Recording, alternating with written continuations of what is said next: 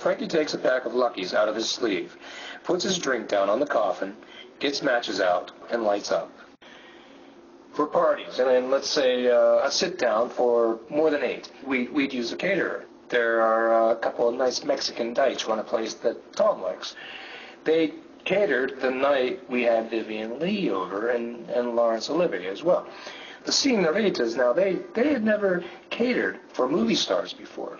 You'd have thought it was the Last Supper, except just wait, they wanted to put out fucking finger bowls.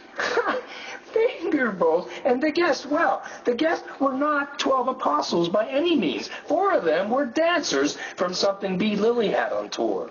B was here. And Margaret fucking Truman. I said, Tom, if that cunt sings, I'm walking out. Tom said, now, is that any way to reference Lady Beatrice? And we had 2 really young street hustlers that Tom invited while drunk. They came in shorts and wife-beater shirts. We had 3 cases of French champagne and a platter of reefers rolled with love by yours truly. I don't know whether that was part of my manager thing or my secretary thing. Hard to say, actually. Now, I did the flowers for the house, so they were good. But the table. The Mexican girls insisted that they decorate the table. I thought, no way, Jose, no. They started screaming, and I thought, well, shit, movie stars and chorus boys, what the hell? Why not? So anyhow, Tom comes downstairs, and they've got pink sand all down the center of the table. Mounds of it, swirls of it, conches and seashells. 14 hurricane lamps, red and purple frangipani, and about 200 pearls. I couldn't fucking believe it. Tom said it looked like a bowling banquet for Dagos in Wildwood, New Jersey. Yeah. Now, Vivian looked exquisite in peach linen and matching picture hat, handmade shoes. Larry was in white. Tom had hired a bartender, so we went outside for wonderful martinis and lobster hors d'oeuvres. And Larry told this Tallulah Bankhead story that kind of set the tone for our evening. True story. After a matinee, Tallulah is leaving the theater and pops into the ladies' room out front.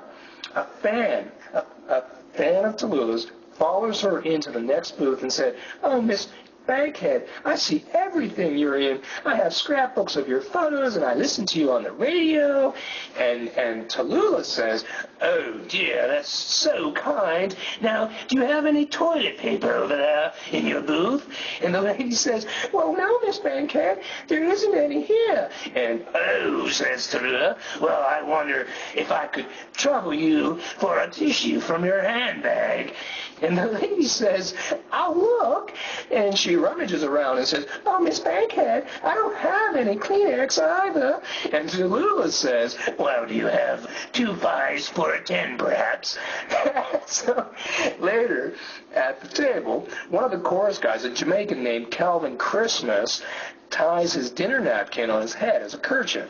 He started to feed lines to Vivian. He was doing Mammy in the corset lacing scene from Gone with the Wind, and she was having a good time answering as Scarlet. Well, eventually, they get smutty with made-up lines. And finally, Calvin says, "Miss Scarlet, on my born days, I ain't never seen such a piss-poor excuse for a man as that Ashley Wilkes. He's nothing but a bleached blonde English pencil dick." Then he started doing Prissy. He yelled, Miss Scarlet, Miss Melody done dilated 8 centimeters. I don't know why this Jamaican guy is named Calvin Christmas. You can't make this stuff up. So anyhow, the wife-beater twins start to rank Calvin about whether colored men are bigger. So Calvin takes it out in the dining room, and Margaret Truman got up and left.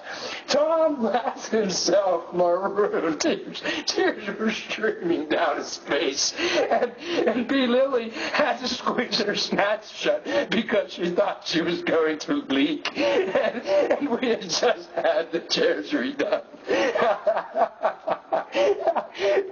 No, sorry. Later on, the wife-beater twins went swimming with the pool lights on. So the police came. They turned the pool lights off. Then the police went swimming. And Calvin Christmas. And B. Lily. And we had so many nights like this over the years. We really did. But in Manhattan, every couple blocks, there's a feel-good doctor with a prescription pad and a ballpoint pen. Tom would doctor shop, and some of them would deliver. Same thing in Key West. Feel-good doctors. We had pills upstairs and downstairs, in the car, on the porch. There was no keeping track. I could sort of manage Tom's drinking, and I would read the package inserts that came with the pills. But he'd hide pills in different places, and he kept getting more and more paranoid. He thought some kind of militia was watching the house. He bought a fucking safe to keep the pills in, then lost the combination. I found it under the soap in the shower.